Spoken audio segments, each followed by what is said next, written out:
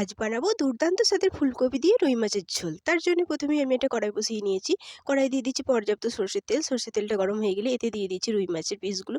রুই মাছের পিসগুলো উল্টে-পাল্টে ভালো করে ব্রাউন করে ভেজে নিয়েছি। সবগুলোই ভাজা হয়ে গেছে। এবার এই তেলেতেই দিয়ে দিচ্ছি আলু ডুমো, ডুমো করে কেটে। তাতে দিয়েছি হলুদ, লবণ দিয়ে এটা লাল, লাল করে ভেজে নেবো।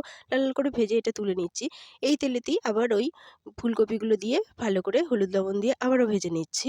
এগুলোও তুলে নিচ্ছি। এরপর আবার একটু তেল দিয়ে ফোড়ন দিচ্ছি তেজপাতা, গরম মশলা, গোটা জিরে আর শুকনো লঙ্কা। ফোড়নটা খুব ভালো করে ভেজে নিয়ে এতে দিচ্ছি পেঁয়াজ কুচি। সেটা হতে হতে আমি একটা পাত্রে হলুদ গুঁড়ো, জিরের গুঁড়ো, ধনিয়া গুঁড়ো, লঙ্কা গুঁড়ো, কাশ্মীরি লঙ্কার গুঁড়ো জল দিয়ে একটা পেস্ট বানিয়ে নিচ্ছি। এরপরে পেঁয়াজটা ভাজা হয়ে গেলে এর মধ্যে দিয়ে দিচ্ছি আদা রসুন বাটা 1 চামচ। আদা রসুন বাটা দিয়ে খুব ভালো করে এটা ভেজে নিচ্ছি। তাতে দিয়ে দিচ্ছি পেস্ট করা মশলাটা আর লবণ আর সামান্য একটু জল মশলা না ধরার জন্য, আর দিচ্ছি টমেটো দিয়ে মশলাটা খুব ভালো করে কষিয়ে নিচ্ছি। মশলা তেল ছেড়ে দিলে এতে দিয়ে দিচ্ছি ফুলকপি আর আলু দিয়ে এটাকে 2 থেকে 3 মিনিট ভালো করে কষিয়ে নিচ্ছি। আর দিয়ে দিচ্ছি পরিমাণ মতো জল।